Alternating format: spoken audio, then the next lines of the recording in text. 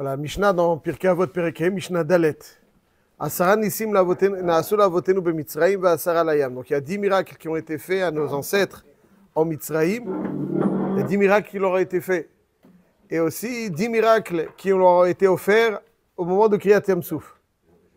C'est quoi les miracles qui ont été faits à nos ancêtres en Mitzraïm? La Mishnah poursuit. Eser Makot evi HaKadosh Baruch Hu ala Mitzriyim bemitzraïm ve'eser ala Yam. Donc ça veut dire que y a le fait que le Ham Israël a été préservé des Makot, ça c'est un S. Il s'est passé ce qui se passait chez les Mitzrim, et le Ham Israël était préservé. Donc Eser et Eser. Donc ça veut dire qu'il y a Eser Makot sur les Mitzrim. Donc il y a une révélation divine.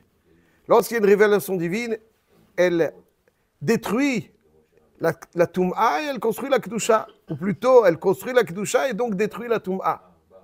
Dès qu'il y a une révélation. Donc il y avait la Eser Makot. On dit de Eser Makot, Nagof Verafo.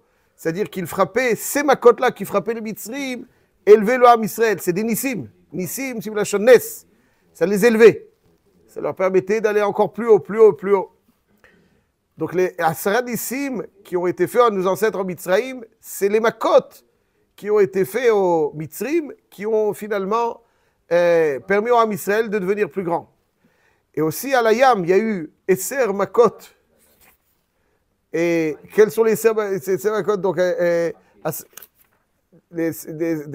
Nissim, Asara la Yam. Donc il y a des Nissim pour nos ancêtres, Eser Makot, Mitzrim, et Eser la Yam. Il y a aussi Eser Makot à la Yam. Donc, Eser Makot à la Yam. Quels sont les Eser Makot à la Yam? Et les Sara Nissim pour nos ancêtres, parce que là le Mitzrim était dans la mer, donc ils ont été frappés, le Ham Israël était dehors, donc c'est pas les mêmes Makot dont ils étaient préservés, mais il y a 10 Nissim, le Barthénoura, le Rambam, les cites, je ne vais pas vous citer tous les Nissim, qu'il y a eu des chemins qui se sont faits, ils ont été protégés par l'eau, etc., etc. C'est pas le sujet maintenant de décrire tous les Nissim, mais en tout cas, ils sont ici. Ce qu'on va essayer de voir, c'est essayer de tirer un petit enseignement. Donc, il y a Asara Nissim, Shnaasu Lavotenu bemitzraïm, Asara Layam, Eser Makot pour les Mitzrim en Mitzraïm et Asara Layam. Qu'est-ce que ça veut dire donc concrètement? Quel enseignement? Le Pirkei Avot n'est pas un livre d'histoire. C'est pas un livre d'histoire, c'est un livre de Moussar. C'est un livre de Moussar. Alors ici, on a l'impression de nous retracer l'historique. Qu'est-ce que l'historique nous apporte donc ici, aujourd'hui? Cette historique forcément est imprégnée de sens et d'enseignement. Alors essayez de voir un petit peu qu'est-ce que cette révélation d'Akadosh Baruch Hu qui a frappé les Mitzrim et a fait grandir le Ham Israël à la Yam et au Kriyat Yam Souf, qu'est-ce que ça apporte aujourd'hui? Eh bien, c'est avant chaque tfila, la tfila de Shachrit plus précisément et de Harvit, on évoque Mitzraïm et on évoque Kriyat Yam Souf. Et il faut prier en évoquant Mitzraïm et Kriyat Yam Souf. Pourquoi il faut prier en les évoquant? Pourquoi?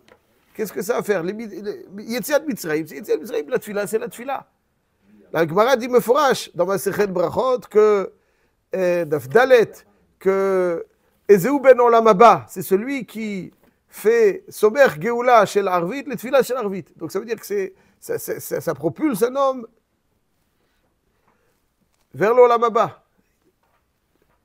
Ben Olam Haba, ça veut dire quoi? Alors ça veut dire qu'il y a prier en évoquant le Kriyat Yam Souf, en évoquant Yetziat Mitzraïm, ça permet à un homme de se transformer, de devenir un Ben Olam Haba. Qu'est-ce que va faire? La tfila, c'est la tfila. Les Nissim, c'est les Nissim. Quel sens de la tfila? Le Yesod est le suivant. Donc on va essayer de voir. Donc il y a 10 Nissim en Mitzraïm et aussi 10 à la Yam. Et donc à la Yam, il faut les évoquer avant, évoquer donc ces événements, avant de prier. 10 en Mitzraïm, 10 à la Yam, mais il faut les évoquer avant de prier. Donc c'est déjà, ça nous donne un indice concernant l'enseignement, c'est que c'est ça qui nous permet de prier correctement. Essayons de voir pourquoi ça nous permet de prier correctement. Azle Yesod paraît être le suivant. Il y a un des passages les plus difficiles de la Torah, incontestablement, et celui dans lequel le Ham Israël se présente face à Yam Souf, et puis ils sont la mer d'un côté encerclée avec les Égyptiens de l'autre, et ils se mettent à prier, vraisemblablement. Et Akadosh Baruch Hu dit à Moshe Rabbeinu se met à prier. Il dit, Ma titzak elai, daber el bnei Israël ve'Isaou. Pourquoi tu pries? Daber el bnei Israël ve'Isaou. C'est pas le moment. Lo et ata le'arich bitfila. C'est pas le moment de prier, dit Rashi. Ma titzak elai, c'est pas le moment de prier. Il faut leur dire d'avancer. Si c'est pas le moment de prier, alors c'est quand le moment de prier? Si c'est pas le moment de prier, quand le Ham Israël est encerclé de part et d'autre, alors c'est quand le moment de prier?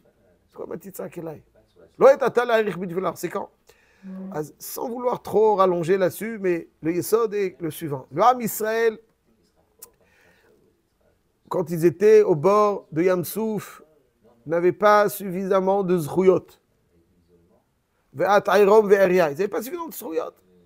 Donc, pour être zoché à un nes, il faut des zruyot. Il faut des zruyot. Il n'y a pas de zruyot. Autrement dit, c'était pas, l'État n'était pas, ils n'avaient pas la dimension pour être zoché. Alors, et là, c'est quelque chose d'intéressant. Si on n'a pas de zruyot, comment on est zoché quand même au chesed d'Hachem? C'est quoi la recette? Quel est l'élément qui nous permet de bénéficier d'une Yeshuat Hashem, même si on n'a pas de zruyot? Et c'est ça d'abord, avant de dire comment, c'est ça vraisemblablement le sens. Évoquer Kriyat Yam Souf Yetziat Mitzrayim avant la tfila, parce que quelqu'un qui est ligache à la tfila, s'il a l'impression qu'il va demander à Hashem et qu'il lui dit, voilà, bon, j'ai des mérites, j'ai fait ça, je mérite. Tfila les ani. Un homme, il doit se sentir ani. S'il arrive et il dit à Hashem, voilà, tu me dois ça parce que j'ai fait ça, ça va pas. Ça va pas. On doit infiniment plus à Hashem qu'il nous doit. Donc tu ne peux pas dire, tu ne peux pas argumenter. Tu peux argumenter dans le sens où je mérite. Il faut arriver dans la tfila à Kéani. Je demande même si je ne mérite pas. Je ne mérite pas. Je ne mérite pas dans le sens où je n'ai pas fait des choses. Je demande des cadeaux. Des cadeaux, plus. Alors comment quelqu'un, dans quel état d'esprit on peut demander des cadeaux? Donc c'est ça la similitude entre le Ham Israël qui se trouve face à la mer Rouge et à chaque fois des tefila. Donc ça veut dire que pour prier avec le même état d'esprit qui animait nos ancêtres au bord de la mer, où ils n'avaient pas de zruyot, et quand même ils en bénéficiaient, c'est cet état d'esprit dont on doit s'imprégner, s'inspirer, pour nous aussi prier avec le même état d'esprit. Pour bénéficier ce dont eux ont bénéficié, même s'ils n'étaient pas suffisamment méritants. Quel est donc cet état d'esprit? Et c'est ça qu'Hachem dit, Batitzak Elai. La tfila, elle n'est pas, bon, il l'a dans certains cas. Tu pries. Ah, mais t'as pas de zruyot. T'as pas de zruyot. Batitzak Elai. Alors, quand même, bien qu'il n'avait pas de zruyot, c'était. Quel est le Yesod? Le Yesod, il est que lorsque quelqu'un est profondément imprégné de sa dépendance à Hachem, profondément imprégné que Hachem, c'est lui qui méchaillait tout à chaque instant. Et il a donc cette profonde conscience que Hachem anime tout et que même si l'eau, qui a priori n'est pas un endroit viable, n'est pas un endroit, si Hachem me demande Yisaou, je suis sommet Khalav, parce qu'il est méchaillé tout à chaque instant et qu'il lui décide de tout, je suis complètement soumis à sa volonté, soumis au chayout qu'il donne. J'ai rien de personnel. Lorsqu'on va dans cet état d'esprit, alors on arrive à des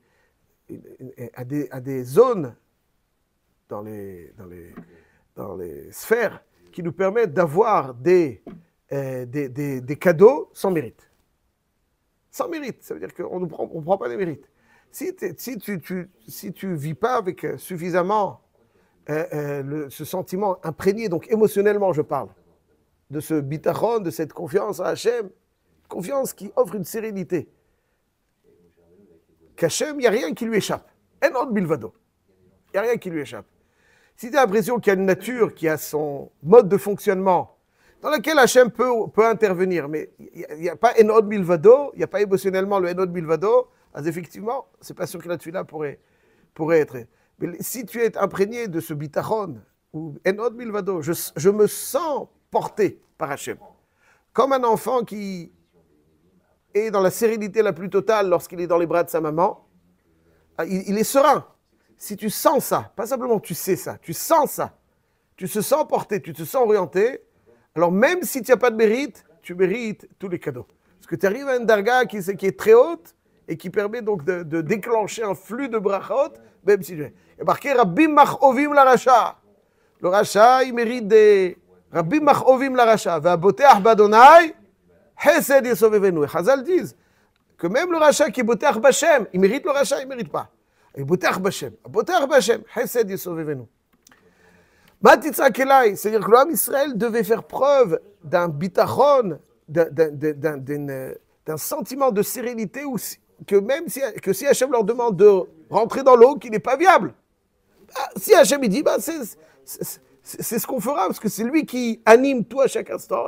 C'est lui qui décide que l'eau n'est pas viable, et là il décidera ce qu'il veut pour nous de vivre. Quand on a ce sentiment, on est imprégné de ce sentiment, toutes les portes s'ouvrent. C'est pour ça que même si le Ham Israël n'était pas suffisamment méritant, mais quand tu es imprégné de bitachon, Va'aminu b'Hashem, la Emouna, c'est pas simplement savoir qu'Hachem existe, mais la Emouna, c'est émotionnellement avoir le sentiment d'être porté, orienté, de ne pas se sentir laissé, délaissé, ou... Le bitachon, c'est la clé des Yeshuot. Voilà, le bitachon, c'est ça qui permet d'arriver à des Yeshuot, même si on ne les mérite pas. C'est ça, même si on ne les mérite pas d'un point de vue d'action. On ne les mérite pas, tu n'es pas quelqu'un qui mérite. Alors, si tu as le sentiment d'être porté, orienté, tu te sens porté, tu te sens orienté. Tu sens que tu n'es pas délaissé, tu sens que tu n'es pas... Donc il y a cette sérénité. Voilà, tu n'es jamais seul. Il y a cette sérénité du nourrisson dans les bras de sa maman. Tant qu'il est dans le lit, il pleure. Quand elle le prend, il est serein. Pourquoi? C'est comme ça. Parce qu'il sent qu'il est dans les bras les plus rassurants au monde, les plus affectueux au monde. Alors, plus on sent ça, alors finalement, si on est serein, on mérite. Donc la tfila, elle doit être... C'est pas une tfila où on doit arriver et dire à Kadosh Baruch Hu, voilà, j'ai besoin de ça, donc tu me dois ça, j'ai fait ça. C'est pas une négociation ou commerciale ou khalila. On n'a rien du tout à lui dire. Rien du tout, rien du tout. Kanim vedalim dafaknu de la techa. On toque à la porte comme des gens, anim vedalim. Aval, si on prie mitor, somer geoula la tfila, c'est-à-dire que notre tfila doit être imprégnée de leur état d'esprit. C'est-à-dire, je prie mitor, je dis à Hachem, écoute, moi, Béhémet, je ne peux pas dire que je mérite. Aval, je sais que c'est toi qui génère tout. Je sais que c'est toi qui oriente tout. Je sais que c'est toi qui me soutiens, Et donc, finalement, je me sens rassuré par cette... C'est une réalité qui me rassure, qui m'imprègne. Ce n'est pas une réalité que j'ignore, qui ne m'imprègne pas, parce que donc j'ai le sentiment d'être livré à moi-même. Alors que c'est faux, c'est une réalité qui m'imprègne. Ah, c'est une réalité qui t'imprègne, alors tu empruntes un cheminement beaucoup plus doux, beaucoup plus agréable, beaucoup plus méritant, même si réellement tu ne mérites pas. Donc c'est Asomer Geoula Litfila. C'est Asomer Geoula Litfila. Ça veut dire qu'on évoque Kriyat Yamsouf avant de prier. Pourquoi on évoque Kriyat Yamsouf avant de prier? Parce que de la même manière que le Avotenu étaient ce qu'ils étaient, et ils ont mérité un S, nous aussi, on doit prier dans le même état d'esprit. On est ce qu'on est, mais ce qu'on demande, c'est des Rachamim, Chassadim, Lifnim Mishuratadin. Et mériter ici, pourquoi? Comment? Pourquoi? Parce que je m'imprègne de cet état d'esprit qui était celui, je sais que tout dépend de toi. Je ne peux pas. Tout seul, je ne peux pas. Tout seul, je ne peux déterminer les choses. C'est toi qui, je me sens porté. À se porté, tu mérites beaucoup plus. Tu mérites beaucoup plus. Ça, c'est cet état d'esprit. Il y avait Asara Nissim Bemitzraïm. Les Asara Nissim correspondent évidemment aux Asara Mahamarot. Où Hachem, il a affirmé donc sa force, son omnipotence dans tous les domaines de la création. Il a réaffirmé, il a reconfirmé, remontré. Donc on voit. Okay. Mais le Ham Israël, paradoxalement, ont vu, ont assisté, mais tant que je n'œuvre pas dans le sens, je peux savoir beaucoup de choses, mais je ne suis pas ce que je sais. C'est-à-dire, je sais, Hachem, le Ham Israël, la Emouna du Ham Israël est arrivée au bord du Yam Souf. Pourquoi ils n'ont pas vu en Mitzraïm les Sermakot? Mais la Emouna est arrivée au bord du Yam Souf. Pourquoi? Nous dit le Sfat Emet comme ça. Imaginons, je donne un exemple pour expliquer ce qu'il dit le Sfat Emet. Imaginons que quelqu'un voit Baba Saleh envelopper une bouteille de harak et servir sans arrêt. Et il y en a plus d'un qui ont vu ça, que j'ai entendu de mes propres oreilles. Et des Talmidei Chachamim, Atsumim. et il enveloppe, et il serre. Il ressort, au bout de quelques jours, cet événement exceptionnel va s'estomper. Ok, il sait, c'est quelque part dans son cerveau. Mais ce n'est pas présent en sa personne. Ça veut dire qu'il y a le rationnel, il y a l'émotionnel. C'est deux dimensions qui ne communiquent pas forcément. Il y a le sechel et le regesh. Je sais, l'émotionnel, pour qu'il soit durablement imprégné, il faut quelque chose. Il faut lui injecter les choses au fond. Comment on injecte les choses au fond? Lorsque l'homme Israël est sorti de Mitzrayim, Akadosh Baruch Hu leur dit au début de Parashat Beshalach, Daber el ben Israël ve'yachzeru ve'yashuvu lifnei pi achirot. Nous dit le Sfatet, il leur demande de faire marche arrière. Marche arrière, mais en quoi? Pourquoi